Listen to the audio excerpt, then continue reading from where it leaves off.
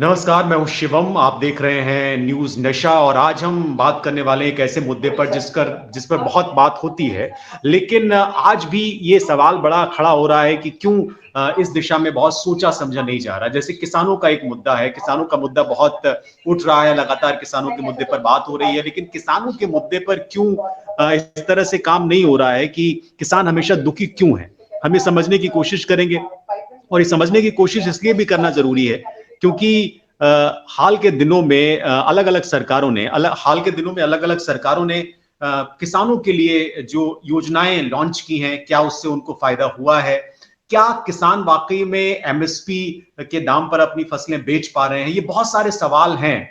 छत्तीसगढ़ एक ऐसा राज्य है जहां पर कांग्रेस की सरकार है और राहुल गांधी लगातार अपनी सभाओं में, भारत जोड़ो यात्रा में बात करते रहे हैं किसानों की। तो हम छत्तीसगढ़ का बजट अब हाल ही में पेश हुआ, उस बजट में किसानों के लिए बहुत सारे वादे किए गए, बहुत सारी योजनाएं लॉन्च की गई। मैं ये समझने की कोशिश करूंगा आज अपने इस इंटरव्यू में, बड़ा खास इंटरव्यू है क्योंकि हमारे साथ डॉक्टर राजाराम त्रिपाठी जी जुड़ रहे हैं। छत्तीसगढ़ में आईफा के नेशनल कन्वीनर हैं, कृषि विशेषज्ञ हैं और बहुत सारे उन्होंने काम किए हैं। डॉक्टर साहब, बहुत स्वागत है आपका न्यूज नशा पर। मेरा पहला प्रश्न तो ये है, मैंने आपका एक आर्टिकल पढ़ा और आप किसानों के लिए बहुत सारा काम कर रहे हैं। जो आंदोलन हुआ किसानों का, उसके बाद क्या कुछ बदलाव आया है और कांग्रेस की सरकार किसानों के लिए कैसा काम कर रही है छत्तीसगढ़ में, क्योंकि बड़ी बातें कांग्रेस करती है। शिवम जी, ये दुर्भाग्यपूर्ण रहा कि ऐतिहासिक किसान आंदोलन के बाद भी देश के किसानों के हाथ खाली हैं। हम वहीं खड़े थे जहां पहले खड़े थे, बल्कि मैं तो ये कहूंगा कि कुछ कदम और पीछे गए और खेती और किसानों दोनों की दशा पहले से बदतर हुई है। और जैसे कि आपने हाल का केंद्रीय बजट भी देखा था। केंद्रीय बजट में सकल अगर खर्च को देख लें कृषि मद में, तो उसमें कटौती की गई है खेती के खर्चे पे। और यहाँ तक कि जो किसान सम्मान निधि, जो इनका मास्टर स्ट्रोक योजना थी, जिसके जरिए सत्ता पे यह सरकार आई थी, वो शुरू में लगभग 11 करोड़ 34 लाख किसानों को इन्होंने 2-2 हजार रुपए दिए चुनाव की आपाधापी में। और वो धीरे धीरे वो योजना सिकुड़ते सिकुड़ते तो 3.5 करोड़ किसानों को ही दी जा रही। 11.5 में से लगभग 8 करोड़ किसानों को कोई न कोई कारण बता के बाहर कर दिया गया कि केवाईसी नहीं है, आपके जमीनों के आंकड़े सही नहीं है, और आपकी पहचान सही नहीं है, आपका बैंक खाता सही नहीं है, और यहाँ तक कि उनसे वसूली की प्रक्रिया चालू हो गई है जिनके खाते में पैसा चले गया था। किसान बहुत बुरे फंसे हैं। तो हालत ये है कि मैं हमेशा हमेशा सवाल कहता हूँ कि भाई, ये जरा मुझे आप बताएं कि किसानों की लिस्ट सरकारी विभाग ने बनाई, किसानों का खाता बैंक ने खोला और उनके खाते में पैसा प्रधानमंत्री जी ने डाला। ये गलती अगर हुई है तो इन तीनों में से किससे हुई है? इसमें किसान का कहाँ दोष है? तो वास्तव में किसानों की दशा और बदतर हुई है, मैं यही कहना चाहूंगा। हाँ, छत्तीसगढ़ की बात करें तो छत्तीसगढ़ की सरकार सत्ता में आई ही किसानों से लेकर एक वादे को लेकर आई थी, क्योंकि इससे पहले जो इस राज्य में सरकार थी भाजपा की 15 सालों से, उन्होंने यहाँ के किसानों को, जो धान के किसान हैं, जो कि यहाँ ज्यादातर धान के किसान हैं, छत्तीसगढ़ को धान का कटोरा कहा जाता है और अधिकतम मतलब किसान धान ही उगाते हैं। तो उन्हें भाजपा सरकार ने 300 रुपया बोनस प्रति क्विंटल देने का वादा किया था और बाद में उस वादे से मुकर गए। तो कांग्रेस उस समय लगातार 15 सालों में विपक्ष में थी। ये गांव गांव गए और इन्होंने कहा हम आपके कर्ज माफी भी करेंगे और साथ में आपको हम 25 रुपया में धान खरीदेंगे। तो कांग्रेस सत्ता में आई, हम किसानों ने उन्हें सत्ता पे कुर्सी पे बिठाया और कांग्रेस ने कोशिश की कि अधिकांश किसानों का धान 25 रुपए में खरीदा जाए। कई बाधाओं के बाद अधिकांश किसानों का धान खरीदा भी जा रहा है और हाल में जो बजट आया उसमें मुख्य रूप से 6,800 करोड़ रुपया उसके लिए रखा भी गया। तो एक तरफ से देखा जाए तो धान के जो किसान हैं उनके जेब में ये पैसा सीधा जाता है, उनके खाते में सीधा पैसा जाता है। तो इससे निश्चित रूप से कुछ दशा किसानों की बेहतर हुई है। जी।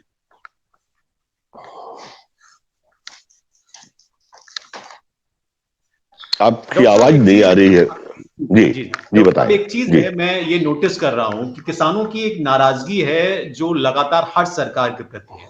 अगर मैं आपसे कहूं कि एक तरफ भारतीय जनता पार्टी बात करती है कि वो किसानों के लिए काम कर रही है, किसान सम्मान निधि जैसी चीजें वो कर रही है, दूसरी तरफ आपने जो प्रश्न उठाए हैं वो भी वाजिब सवाल है, उस दिशा में भी सोचने की जरूरत है।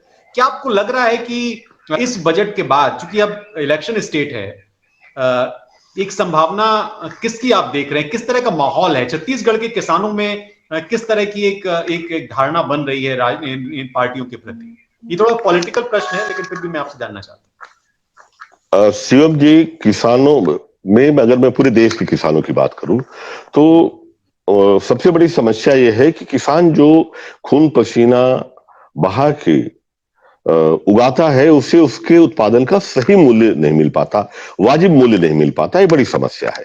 और ये मैं हवा हवा में बात नहीं कर रहा हूं। ये केंद्र शासन के आईसीआर और एक ऑर्गेनाइजेशन है, organisation for economic development growth को जो देखती है, दोनों ने कहा है, भारत सरकार के शांता कुमार कमेटी ने भी कहा है कि देश के किसानों का केवल 6% उत्पादन ही न्यूनतम समर्थन मूल्य पे खरीदा जाता है, यानी 94% जो उनका उत्पादन है लागत कीमत से भी कम पे बिकता है। तो निश्चित रूप से किसानों की दशा धीरे धीरे बिगड़ेगी ही। और इसका आकलन ये किया गया था शिवम जी कि 2007 से 2017 तक 10 सालों में किसानों का उत्पादन कम कीमत पे बिकने के कारण, वाजिब मूल्य न मिलने के कारण 45 लाख करोड़ का घाटा हुआ है किसानों को। और आज देश के किसानों को 7 लाख करोड़ रुपया हर साल घाटा केवल इसलिए होता है कि उनके उत्पादों को सही मूल्य नहीं मिलता।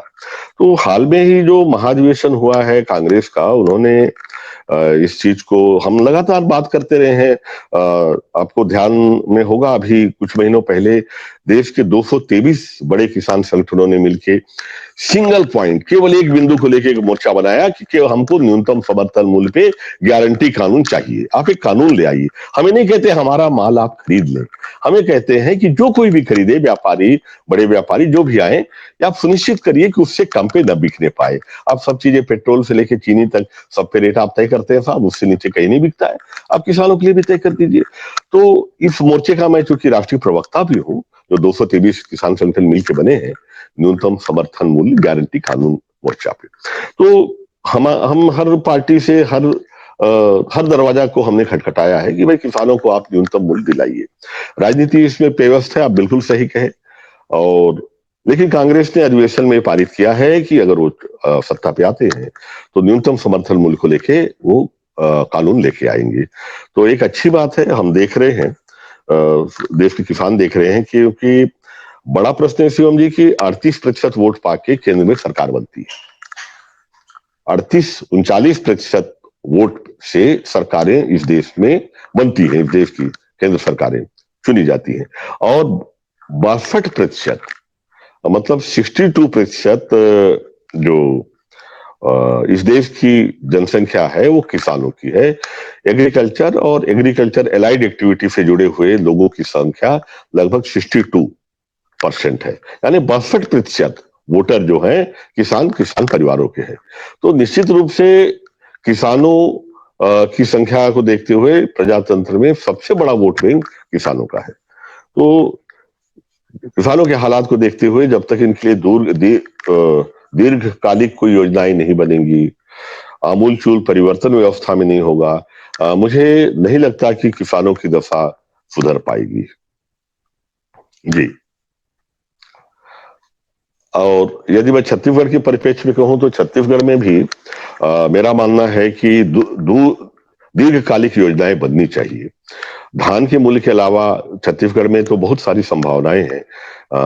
खेती में मसाला की खेती, औषधि पौधों की खेती, सुगंधित पौधों की खेती, इन खेतियों को भी बढ़ावा दिया जाना चाहिए, क्योंकि राज्य अपार संभावनाओं से प्रचुर मतलब संभावनाओं से, जैव विविधता से लैस है। और यहाँ के लोग भी मेहनती हैं, जलवायु बड़ी अच्छी है, वर्षा बहुत अच्छी होती है, क्लाइमेटिक जोन बड़ा अच्छा है, मिट्टी बहुत अच्छी है। तो यहाँ पे धान के अलावा भी बहुत सारी संभावनाएं हैं। और धान की खेती के साथ एक चीज मैं कहूंगा कि विश्व के कई देशों में धान की खेती को थोड़ा रोका जा रहा है, क्योंकि इसमें पानी इतना ज्यादा खर्चा होता है। और 1 किलो धान के लिए लगभग 700 लीटर पानी का खर्चा होता है। तो कई प्रांतों में, कई देशों में धान की खेती को हतोत्साहित किया जा रहा है। और ये कहा भी जाता है कि पेडी एंड पॉवर्टी गोज टुगेदर। तो छत्तीसगढ़ के सिलसिले में हम कहते हैं कि हम धान का कटोरा है, लेकिन साथ ही साथ धान की खेती और गरीबी दोनों का चोली दामन का साथ है। तो हमें अन्य विकल्पों की ओर भी देखना चाहिए, मेरा मानना है। जी डॉक्टर साहब बिल्कुल सही कह रहे हैं आप। थोड़ा नेटवर्क का इश्यू हुआ इसलिए मैं ऑन ऑफ हो रहा था। बिल्कुल ठीक है, लेकिन मैं अब चूंकि आप कह रहे हैं कि इतने सारे संगठन आपके साथ काम कर रहे हैं, राष्ट्रीय स्तर पर आप किसानों के लिए काम कर रहे हैं, लेकिन एक ऐसे समय में जब किसानों की समस्या हर इलाके में अलग अलग है। आप पंजाब के किसानों से बात करें, उनकी अपनी समस्याएं हैं, हरियाणा की समस्याएं अपनी हैं, राजस्थान की अपनी है, मध्य प्रदेश की अपनी है। चूंकि आपने बजट पर बात की, मैं एक पॉलिटिकल मोटिवेटेड चीज आपसे समझना चाहता हूं कि क्या किसानों की समस्याएं पॉलिटिकली असर करती हैं जमीन पर, क्योंकि ये कहा जा रहा है कि किसान सम्मान निधि एक बड़ा फैक्टर हो सकता है क्या? और ये लाभार्थी वर्ग, क्योंकि लाभार्थी वर्ग में किसान भी बड़े तबके में आते हैं जो छोटे किसान हैं, और लघु और मझोले किसान उस वर्ग में आते हैं। ऐसे में ये बजट भूपेश बघेल सरकार का, जो कि संभवतः आखिरी बजट है उनका, और जो सेंट्रल गवर्नमेंट और छत्तीसगढ़ में जो अपोजिशन का अटैक है और आप जैसे संगठनों का अटैक है, मैं इसके कॉकटेल को अगर समझूं तो क्या परिस्थिति आपको नजर आ रही है इस समय किसानों के हिसाब से? मैं दोनों पे डालूंगा। पहले मैं केंद्र की बात अगर करूं, देखिए हर राज्यों में समस्याएं अलग अलग हैं किसानों की, ये बात सही है, लेकिन मूल समस्या सभी में है कि उनके उत्पादन का सही मूल्य न मिल पाना। तो अभी तक ये वोटर की जहां तक बात थी, 62% हम होने के बावजूद 62% होने के बावजूद हम किसी भी पार्टी के प्रायोरिटी में नहीं थे, क्योंकि हम बटे हुए थे। किसान जब ईवीएम बूथ के पास पहुंचता था तो जाति पे बढ़ जाता था, क्षेत्र पे बढ़ जाता था, बोली भाषा पे बढ़ जाता था। लेकिन पहली बार मिनिमम सपोर्ट प्राइस को लेकर पूरे देश के किसानों का ध्रुवीकरण हुआ है। और हमारा जो नारा भी है, हमारा नारा है कि एमएसपी नहीं तो वोट नहीं।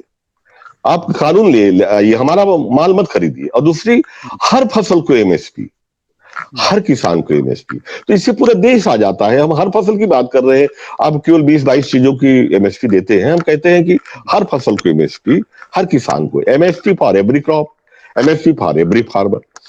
मतलब फसल हमारी, दाम तुम्हारा, अब नहीं चलेगा, नहीं चलेगा। ये हम लोगों के जो नारे हैं, ये पूरे देश को आंदोलित कर रहे हैं। तो ये इससे पूरा देश के हर किसान जुड़ रहे हैं, क्योंकि उनकी हर उपज को वाजिब मूल्य मिलने की बात है। पहली बात, ये तो देश के समग्र में। और रहा सवाल छत्तीसगढ़ का, तो छत्तीसगढ़ की इस बजट में वास्तव में जो इन्होंने आंगनवाड़ी कार्यकर्ताएं हैं, जहाँ यहाँ करीब 52,000 आंगनवाड़ी केंद्र है, मिनी और बड़े मिला के, इससे 1.25 लाख महिलाएं सीधे जुड़ी है। केवल महिलाएं नहीं, उनके परिवार, और 25 लाख सीधे बेनिफिशियरी हैं, उसके हितग्राही हैं, जो महिला बाल विकास के बच्चों के योजनाओं का लाभ उठाते हैं। इनकी तनख्वाह बढ़ा के सीधा उनको भूपेश बघेल ने एक बार में साध लिया। दूसरा, एक पटेल करके गांव में एक इकाई होती थी, पटेल जो विलुप्त हो रहे हैं पद, उनके लिए भी उन्होंने मानदेय 3,000 रखा। फिर रसोइयों का भी मानदेय कुछ बढ़ा दिया। और करीब 18,79,000 पंजीकृत बेरोजगार है, उनको 2,500 रुपया हर महीने का जो इन्होंने बेरोजगारी भत्ता दिया। तो इससे एक साथ, और जो धान के किसान हैं, करीब 26 लाख किसानों का धान का उन्होंने मूल्य दिया, बोनस। तो इससे, इसके साथ एक इतने बड़े वर्ग को एक साथ साधा है कि इसका जवाब ढूंढने में विपक्षी पार्टियां, जैसे मुख्य विपक्षी पार्टी भाजपा है, उन्हें मतलब कुछ नया, बहुत ही कुछ बेहतर करना होगा, तभी वो जनता से जुड़ पाएंगे। क्योंकि हाँ, एक अर्थशास्त्री के दृष्टिकोण से मैं नहीं मानता कि इसमें कोई दीर्घकालिक उपाय है। बेरोजगारी भत्ता देना कोई उपाय नहीं है, या केवल धान की एक फसल पर केंद्रित देना उपाय नहीं है। लेकिन वोट के दृष्टिकोण से देखेंगे तो मेरा मानना है कि चुनाव के पहले ही आधी से ज्यादा बाजी भूपेश बघेल जीत चुके हैं। और किसान चूंकि धान के मुद्दे पे एक बार धोखा खा चुके हैं भाजपा से, तो मुझे लगता है दूर की कौड़ी होगी उनमें फिर से बनाना। खैर, राजनीति में चमत्कार होते रहते हैं, आगे हम देखेंगे क्या होगा। जी बिल्कुल बिल्कुल, बहुत शुक्रिया हमारे साथ जुड़ने के लिए, हमसे बात करने के लिए डॉक्टर साहब। और निश्चित तौर पर ये जो तमाम समीकरण हैं, ये इसके अपने महत्व भी हैं। बहुत शुक्रिया आपका। और धन्यवाद। दर्शक भी इस पर जो राय रख रहे हैं वो हमें बताएं कि वो किस तरह से किसानों की समस्या को देख रहे हैं, और ये सरकारें जो योजनाएं लेके आती हैं, खासकर छत्तीसगढ़ की सरकार जो योजना लेकर आई है, या जिस तरह की धान की फसल को लेकर उसने बजट में एलोकेशंस किए हैं, उससे क्या फर्क पड़ेगा। बहुत बहुत धन्यवाद आप सभी का। नमस्कार। और आप हमसे जुड़े रहने के लिए सब्सक्राइब करें YouTube पर, फॉलो करें Twitter पर और लाइक करें Facebook पर। और ज्यादा जानकारी के लिए आपको टाइप करना होगा सिर्फ न्यूज नशा।